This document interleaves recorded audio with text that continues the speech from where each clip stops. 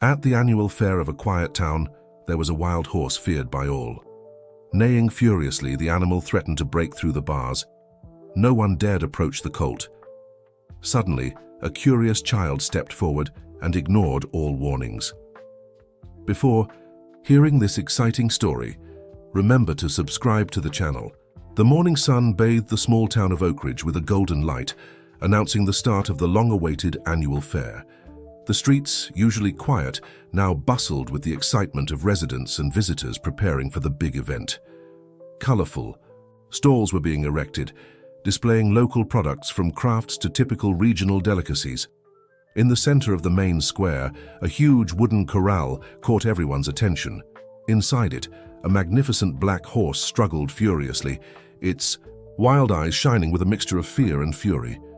The animal was known as Thunder, a name that echoed the power and ferocity of its untamable nature. The older residents whispered among themselves, recalling legends about the horse that had roamed free in the mountains surrounding the town. For years, they said Thunder was the child of the wind and the night, as fast as lightning and as unpredictable as a summer storm. Its capture for the fair had been an extraordinary feat, accomplished by a group of experienced cowboys who still displayed bruises from the endeavor. Among the crowd gathering around the corral, an 11-year-old boy observed the horse with silent curiosity. Alex, known for his quiet and distant manner, was different from the other children in the town. His large brown eyes, always attentive, seemed to see the world in a unique way. "Alex, don't get too close," shouted John, his father, a middle-aged man with deep wrinkles around his eyes, the result of years working under the sun on the family's small farm. But Alex barely heard. His eyes were fixed on the horse, observing every movement, every panting breath of the animal. While others saw only a wild and dangerous beast, Alex saw something more, a frightened, confused, and above all, misunderstood creature. The boy took a step forward, ignoring the alarmed whispers around him. His father tried to reach him, but the crowd separated them. Alex approached the fence, his fingers lightly brushing the rough wood. At that moment, something extraordinary happened. Thunder, who until then had been neighing and thrashing furiously, suddenly went quiet. Silence fell over the square like a heavy cloak, interrupted only by the occasional trill of a distant bird. The horse's eyes, black as coal, met Alex's. It was as if an invisible current connected them, transcending the barriers between man and animal, between Alex's world of silence and the chaos of the fair. Alex extended his hand, his fingers trembling slightly. The crowd held its breath, fearing the worst. But to everyone's amazement, Thunder slowly approached, its muzzle gently touching the boy's open palm. "Impossible," someone in the crowd murmured. John, who had finally managed to make his way to his son, stopped abruptly, dumbfounded by the scene unfolding before him. Alex smiled, a rare and radiant smile that lit up his face in a way his father had never seen before. The boy began to caress the horse's muzzle, his movements gentle and sure, as if he had done this 1,000 times before. Thunder closed its eyes, apparently enjoying the touch. The animal that minutes before had seemed capable of tearing down the walls of the corral was now as calm as a newborn foal. How did you do that?" asked John, his voice barely above a whisper. Alex looked at his father, his eyes shining with a joy John rarely saw. The boy didn't respond with words. He never did, but his gaze said it all. He had found a connection, an understanding that went beyond words. News of the extraordinary event spread quickly through the fair. Within minutes, an even larger crowd had gathered around the corral, all eager to witness the miracle for themselves. Among the spectators was Mrs. Thompson, the retired teacher who had always had a special fondness for Alex. She watched the scene with tears in her eyes, remembering all the times she had defended the boy from the misunderstandings of others. "Look," she said to no one in particular, "what our eyes cannot see, the heart of a special child can." As the day progressed, Alex remained by the corral, seemingly oblivious to the buzz around him. He only had eyes for Thunder, and the horse seemed to return the sentiment, staying close to the side of the corral where the boy was. John, still stunned by the day's events, decided to take Alex home when the sun began to set. Come on, son. It's getting late. To his surprise, Alex didn't resist. He said goodbye to Thunder with a final caress and a look that seemed to promise, "I'll be back tomorrow." The horse whinnied softly, as if it understood. That night, while the town buzzed with stories of the day, the Johnson house was strangely quiet. John watched his son, who seemed more animated than usual, drawing furiously in his notebook. "What are you drawing, Alex?" John asked. "Curious." Alex held up the notebook, showing a surprisingly detailed drawing of Thunder. In the eyes of the drawn horse, John saw something he hadn't noticed before, a depth and intelligence that went beyond what he would expect from a wild animal. "You really understand him, don't you?" John murmured, more to himself than to his. "Son?" Alex nodded, a small smile playing on his lips. It was at that moment that John realized something had changed. His son, who had always seemed so distant from the world around him, had found a connection. And that connection had 4 legs and a mane as black as night. As Alex fell asleep, clutching his drawing, John stayed awake, his mind replaying the events of the day. He didn't know what the future held, but he had a feeling that life in Oakridge would never be the same again. Outside, the night was clear and starry. In the fair square, Thunder remained quiet in his corral, his eyes fixed in the direction of the Johnson house, as if waiting for the return of his new and unlikely friend. The Dempsey annual Oakridge Fair had barely begun, and already there was a story to be told for generations. A story about a quiet boy, a wild horse, and the transformative power of mutual understanding. Dawn in Oakridge brought with it an unusual excitement. News of the encounter between Alex and Thunder had spread like wildfire, attracting even more visitors to the annual fair. The streets were filled with curious onlookers, all eager to witness what many were already calling the miracle of the boy and the horse. At the Johnson house, Alex woke up earlier than usual. His eyes shone with a determination that John rarely saw in his son. The boy insistently pointed to the window, towards the square where the fair was taking place. "Calm down, son," said John, trying to hide his own anxiety. "Let's have breakfast first." As he prepared the meal, John couldn't stop thinking about the events of the previous day. As the father of an autistic child, he had always struggled to understand Alex's silent world. Now, paradoxically, it was a wild horse that seemed to hold the key to this enigma. "Alex," John began hesitantly, "about yesterday. With the horse, how did you—" But before he could finish, Alex was already on his feet, pulling his father's hand towards the door. John sighed, recognizing the futility of trying to get verbal answers from his son. The answers, he realized, would have to come in another form. When they arrived at the central square, they were greeted by an even larger crowd than the day before. People parted, making way for Alex, as if he were a small celebrity. Murmurs of "It's him" and "the horseboy" echoed around them. Thunder, who until then had seemed agitated in his corral, immediately calmed down upon seeing Alex approach. The horse whinnied softly, an almost welcoming sound that made John's heart clench with an emotion he couldn't name. Alex approached the corral without hesitation, extending his hand to touch Thunder's muzzle.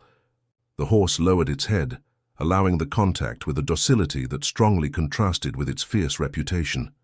"Incredible," murmured Mrs. Thompson, who was observing the scene closely. "It's as if they've known each other for years." John nodded silently, unable to take his eyes off the interaction between his son and the animal. There was something almost magical in the way they communicated without words, through gentle touches and prolonged gazes. As the morning progressed, news of the miracle tamer spread even further. Journalists from neighboring towns began to arrive, cameras in hand, eager to capture the extraordinary story. Alex, oblivious to the commotion around him, remained focused on Thunder. With gentle gestures, he began to comb the horse's tangled mane, his skilled fingers undoing the knots with infinite patience. It was then that something even more surprising happened. Thunder, the horse that no one dared to ride, slowly lowered itself, as if inviting Alex to climb onto its back. The crowd held its breath. John took a step forward, torn between fear and fascination. "Alex, don't—" he began, but the words died in his throat. With a grace that no one expected from a usually clumsy boy, Alex climbed onto Thunder's back.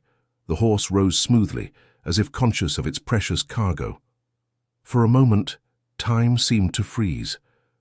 Alex, sitting upright on the immense black horse, looked like a figure out of a fairy tale.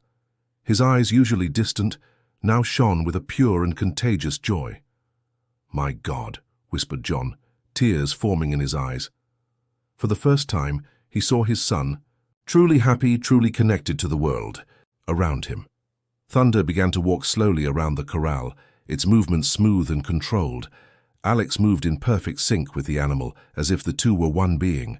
The crowd erupted in applause and exclamations of admiration. Camera flashes went off from all sides, capturing the moment for posterity. "It's a miracle," someone in the crowd shouted. "No," corrected Mrs. Thompson, her voice choked with emotion. "It's love, pure and simple." Throughout the day, Alex and Thunder became the main attraction of the fair. People of all ages crowded to see the autistic boy who had tamed the wild horse with nothing but gentleness and understanding. John watched, it all with a mixture of pride and concern. He was happy to see his son so alive, so connected, but he also feared what the future might bring. How to protect Alex from the outside world now that he had become the center of attention. As the sun began to set, John approached the corral. "It's time to go home, son," he said softly. To his surprise, Alex didn't protest. He dismounted from Thunder carefully, giving one last hug to the horse's neck before joining his father. As they walked home, John noticed something different about Alex. The boy walked with more confidence, his eyes more attentive to the world around him. It was as if his connection with Thunder had opened a door to a new level of awareness. At home, Alex ran to his sketchbook. With quick and sure strokes, he began to draw not just Thunder, but the whole fair scene, the stalls, the people, the corral. John watched, amazed at the level of detail his son could capture. "Alex," John began, sitting down next to his son, "what happened today was very special. Do you understand that?" Alex stopped drawing for a moment, looking into his father's eyes. Then, to John's complete astonishment, he spoke. A single word, but one that carried the weight of 1,000 conversations. "Friend." John felt tears streaming down his face. He pulled Alex into a tight hug, feeling as if a miracle had happened right there in their living room. That night, as Alex slept with a smile on his face, John stayed awake, his mind full of thoughts about the future. He knew the coming days would bring challenges, media attention, people's expectations, Thunder's eventual departure when the fair ended. But for now, he allowed himself to feel hope. Hope that this special connection between Alex and Thunder could be the beginning of something wonderful. Hope that his son, who had always seemed so distant from the world, might finally find his place in it. Outside, the night was clear and starry. In the fair square, Thunder remained quiet in his corral, as if he too was dreaming of the extraordinary day he had lived. The Oak Ridge Annual Fair still had many days ahead, and with it the promise of more magical moments between a quiet boy and a wild horse, fair story of unlikely friendship that was just beginning to be written. The days that followed brought unprecedented excitement to Oak Ridge. The small town, once known only for its tranquility and natural beauty, was now mentioned in newspapers and scientific journals across the country. The study center, initially a modest project, had expanded significantly. New facilities were built to accommodate the growing team of researchers and families arriving from different parts of the United States, all in search of hope and new possibilities for their children with autism. Alex, now almost 13, was at the center of all this transformation. His journey from an almost nonverbal boy to an eloquent communicator and natural teacher had inspired many. But with fame and recognition came new challenges. On a cold July morning, John found Alex sitting on the porch of their house, wrapped in a warm blanket, his gaze lost on the horizon. "Everything okay, son?" asked John, sitting down beside him.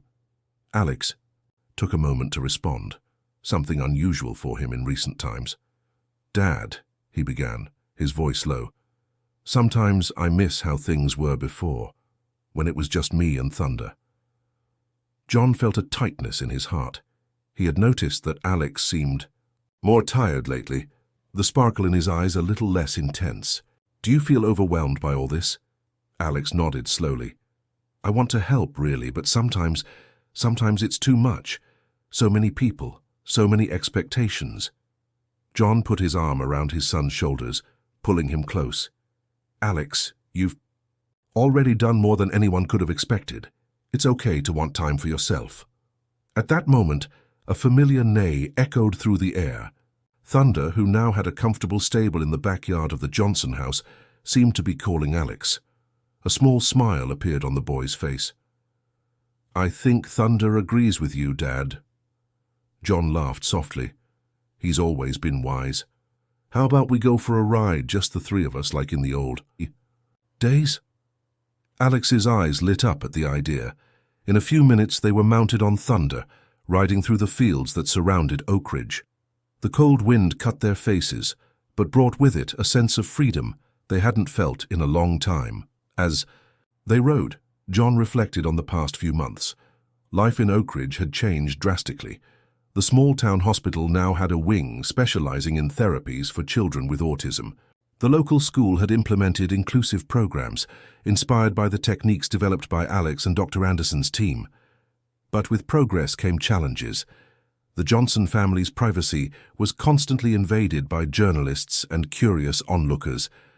Some people in town resented the changes, fearing that Oak Ridge would lose its tranquil essence. After nearly an hour of riding, they stopped at a beautiful lookout that offered a panoramic view of the town. Alex dismounted from Thunder and sat on the grass, hugging his knees. Dad, he said after a long silence, I had an idea. John sat down next to his son, curious. What idea, Alex? What if we expanded the program, not just for children with autism, but for all children who have difficulty communicating or connecting with others? John blinked, surprised by the depth of his son's thought. How so? Alex's eyes lit up as he explained. Thunder taught me that communication goes beyond words. Maybe we can use this idea to help children with different challenges, deaf children, blind children, or even those who simply have difficulty expressing their feelings. John felt a wave of pride and admiration for his son. Alex, that's brilliant. We could create a summer program, Alex continued, his voice becoming more animated. Invite children from all over the country, not just to study them, but to learn from them, to create a space where everyone can express themselves in their own way. As Alex spoke, John saw the sparkle return to his son's eyes. This wasn't just an idea. It was a mission, a renewed purpose. You know what? Said John, smiling. I think we need to talk to Dr. Anderson about this. In the weeks that followed, Alex's idea came to life. Dr. Anderson and his team were delighted with the concept, seeing in it the potential to revolutionize not only the study of autism, but the entire approach to human communication and connection. The Oak Ridge community, initially hesitant about more changes, embraced the project with enthusiasm when they understood its true purpose. Families offered to host visiting children, local businessmen donated resources, and even the City Hall allocated an area for the construction of new facilities. The first Connection Summer Camp, as it was called, was scheduled for December, coinciding with the school holidays. The news spread quickly, and within weeks hundreds of families from all over the United States had signed up. On the eve of the camp's opening, John found Alex in Thunder's stable. The boy was sitting on the floor, leaning against the large black horse, drawing in his notebook. Nervous about tomorrow? Asked John, sitting down next to his son. Alex looked up, a serene smile on his face. Actually, no, for the first time in a long time, I feel like I'm exactly where I should be. John looked over Alex's shoulder to see what he was drawing. It was a beautifully detailed portrait of Thunder, but in the horse's eyes, John could see the reflection of dozens of smiling children. Is this how you see the future? Asked John, pointing to the drawing. Alex nodded. Thunder showed me a world I never knew existed. Now I want to help other children find their own Thunders. Whether it's an animal, an art, a music, or anything that helps them connect with the world. That night, as Oak Ridge prepared for the beginning of a new era, John reflected on the incredible journey they had taken. From a father desperate for connection with his son, to witness of a revolution in understanding autism and human communication. As the stars shone over the small town, now not so small in its impact on the world, John felt a deep gratitude for Alex, for Thunder, and for the transformative power of love and understanding. Tomorrow would bring new challenges, new stories to be told. But one thing was certain: the flame lit by an unlikely encounter between a boy and a horse was now spreading, illuminating paths of hope for many. The December sun shone brightly over Oak Ridge, bringing with it not only the heat of summer, but also a wave of enthusiasm and expectation. The first day of the Connection summer camp had arrived, and the small town was unrecognizable. Colorful tents dotted the large field next to the study center, flags danced in the wind between the trees, and the air vibrated with a mixture of children's laughter and animated conversations in various languages. Families from all over the United States, and even from some neighboring countries, had arrived to participate in this unique event. Alex, now 13 years old, was at the center of all the activity. Wearing a t-shirt with the camp logo, a stylized drawing of a child and a horse, he moved between groups, greeting families with a confidence that still surprised John. "Welcome to Oak Ridge," Alex announced, his voice clear and strong, in front of the crowd gathered for the opening ceremony. This camp was born from a dream of creating a place where all forms of communication are celebrated and where each of us can find our own voice. Beside Alex, Thunder stood majestic and calm, his imposing presence drawing admiring glances from children and adults alike. Dr. Anderson and his team were nearby, ready to start the planned activities. The first weeks of the camp were an explosion of creativity and discoveries. Children with different abilities and challenges were grouped into tribes, each with its own name and symbol, inspired by the local nature. In the Eagle tribe, Alex worked with a group of deaf children, teaching them to communicate with Thunder through gestures and body expressions. For many, it was the first time they felt truly understood by a living being outside their community. In the Turtle tribe, children with reduced mobility discovered the joy of horseback riding, their laughter echoing across the field as they experienced a freedom of movement that many had never known before. The Wolf tribe brought together children with autism at different levels of the spectrum. Here, Alex shone especially, sharing his own experiences and techniques he had developed with Thunder. One afternoon, during a session with the Wolf tribe, something extraordinary happened. A girl named Emily, who had never spoken a word in her 8 years of life, suddenly pointed to Thunder and said clearly, "Beautiful horse." The silence that followed was broken by her mother's emotional sobs and the enthusiastic applause of everyone around. Alex knelt beside Emily, his eyes shining. "Yes, Emily," he said softly, "Thunder is very beautiful, and you have a lovely voice." News of the miracle spread quickly through the camp, rekindling hope in many hearts.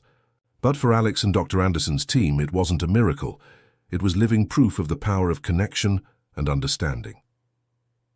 As the camp progressed, more and more breakthrough stories emerged.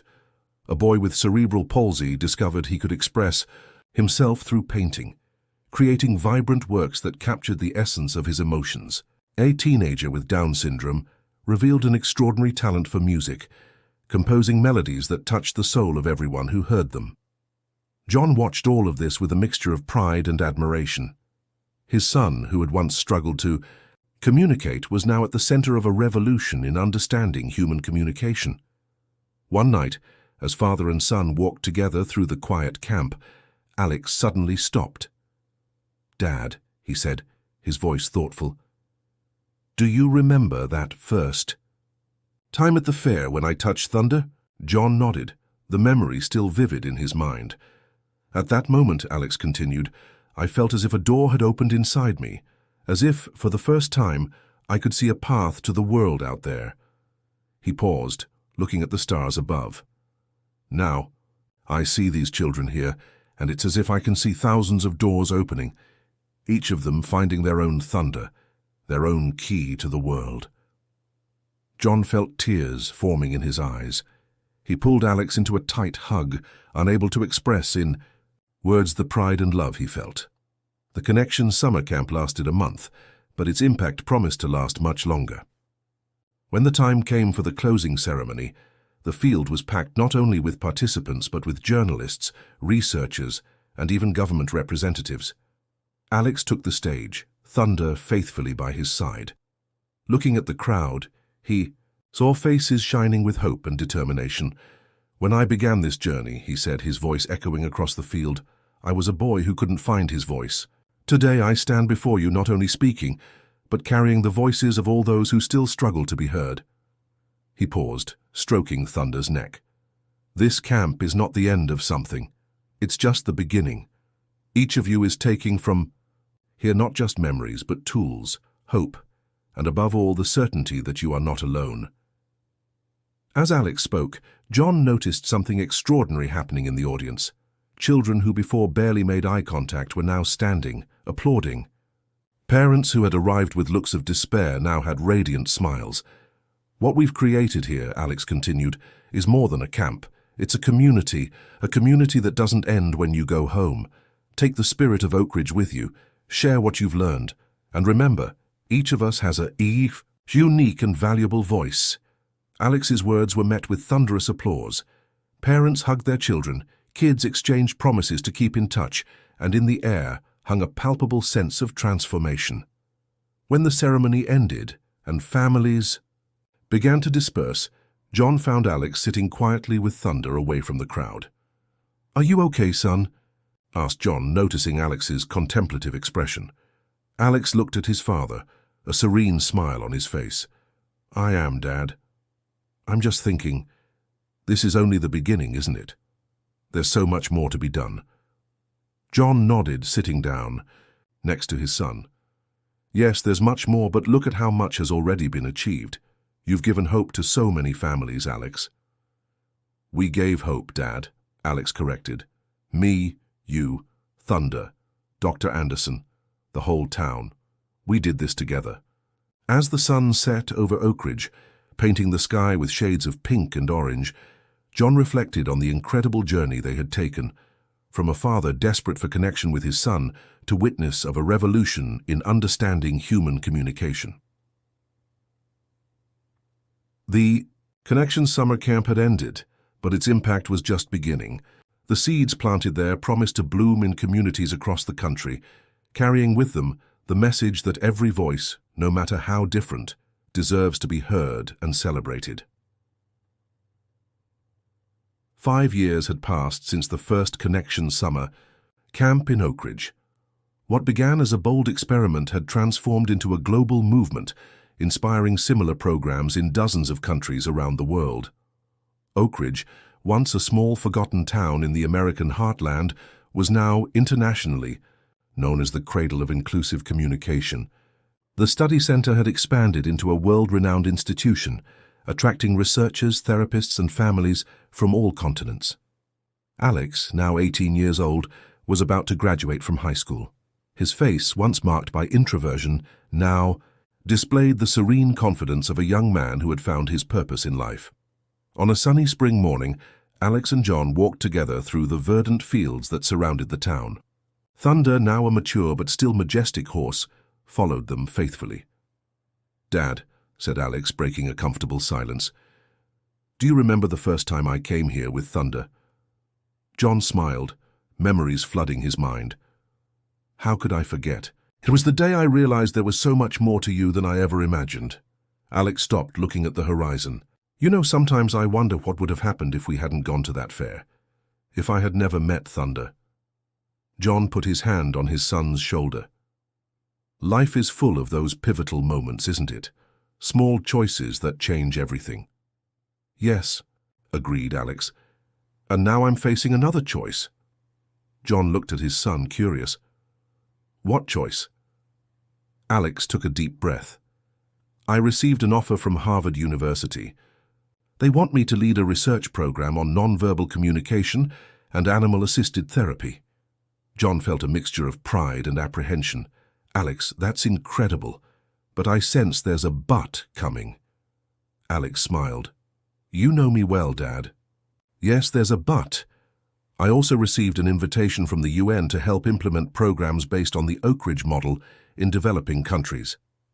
John nodded, understanding his son's dilemma. Two amazing opportunities. What does your heart say? Alex turned to Thunder, caressing the horse's muzzle. Thunder taught me that sometimes the deepest connections are silent, that there's power in simply being present, in listening not just with your ears, but with your whole body and soul. He paused, his eyes shining with determination. I think I can do more good by traveling, sharing this message with those who need to hear it most. John felt a wave of pride so intense it almost knocked him over. Alex, you've grown into an incredible man. Whatever your decision, know that I'm by your side. Alex hugged his father, tears in both their eyes. Thank you, Dad, for everything. The weeks that followed, news of Alex's decision spread through Oak Ridge. The community, which had watched him grow from a silent boy to an inspiring leader, organized a grand celebration in his honor. On the night before his departure, a large bonfire was lit in the central square. Families from all over the country who had been touched by Alex's work came to pay their respects. Mrs. Thompson, now a white-haired lady, but with eyes still bright with wisdom, approached Alex. My dear, she said, her voice choked with emotion, when you were little, I knew there was something special about you, but I could never have imagined the impact you would have on the world. Alex hugged her affectionately.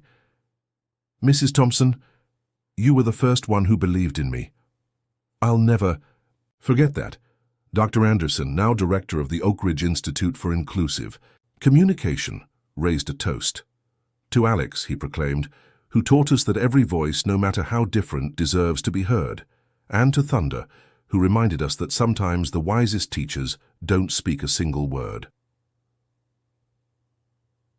The crowd applauded, their voices blending in a cacophony of gratitude and hope. When it was Alex's turn to speak, a respectful silence fell over the square. Friends, he began, his voice clear and confident, when I was a child, I lived in a silent world, isolated by walls I couldn't break down. Thunder was the one who first opened a door for me, showing me that there was a whole world out there waiting to connect. He paused, looking at the faces around the bonfire. But it was you, all of you, who gave me the courage to walk through that door. Every child who found their voice here, every family who rediscovered hope, every researcher who expanded our understanding, you are all part of this journey. Alex turned to Thunder, who was patiently by his side, as always. I learned that true communication isn't just in the words we say, but in the connection we create, in the looks, the gestures, the simple presence of each other. He smiled, tears shining in his eyes. I take Oak Ridge with me, not just in my memories, but in my heart. And I promise to continue this work, bringing the message of connection and understanding to every corner of the world. As Alex spoke, John watched with his heart overflowing with love and pride. He remembered the scared boy who once struggled to make eye contact and marveled at the confident and compassionate man he had become.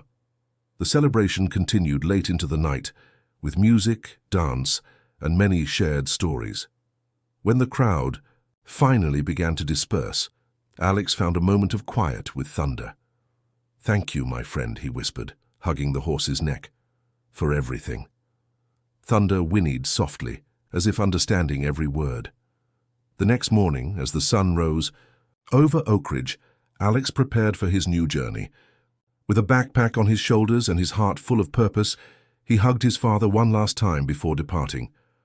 Go change the world, son, said John, his voice choked with emotion. Alex smiled. No, Dad, we've already changed it. Now it's time to spread that change. As Alex walked towards the horizon, Thunder watched him from the hill, his imposing figure silhouetted against the morning sky. John stood beside the horse, feeling a mixture of sadness and immense hope. He'll be all right, won't he? John asked Thunder, almost expecting an answer. The horse whinnied softly, as if to say, "Yes, he will." And so as the sun climbed in the sky, illuminating the fields of Oakridge, a new era began. An era of connection, understanding, and hope. All because years ago, a silent boy and a wild horse found a language that transcended words. Alex and Thunder's story would continue to echo around the world, reminding everyone that true communication comes from the heart and that every voice, no matter how different, has the power to change the world. End of story.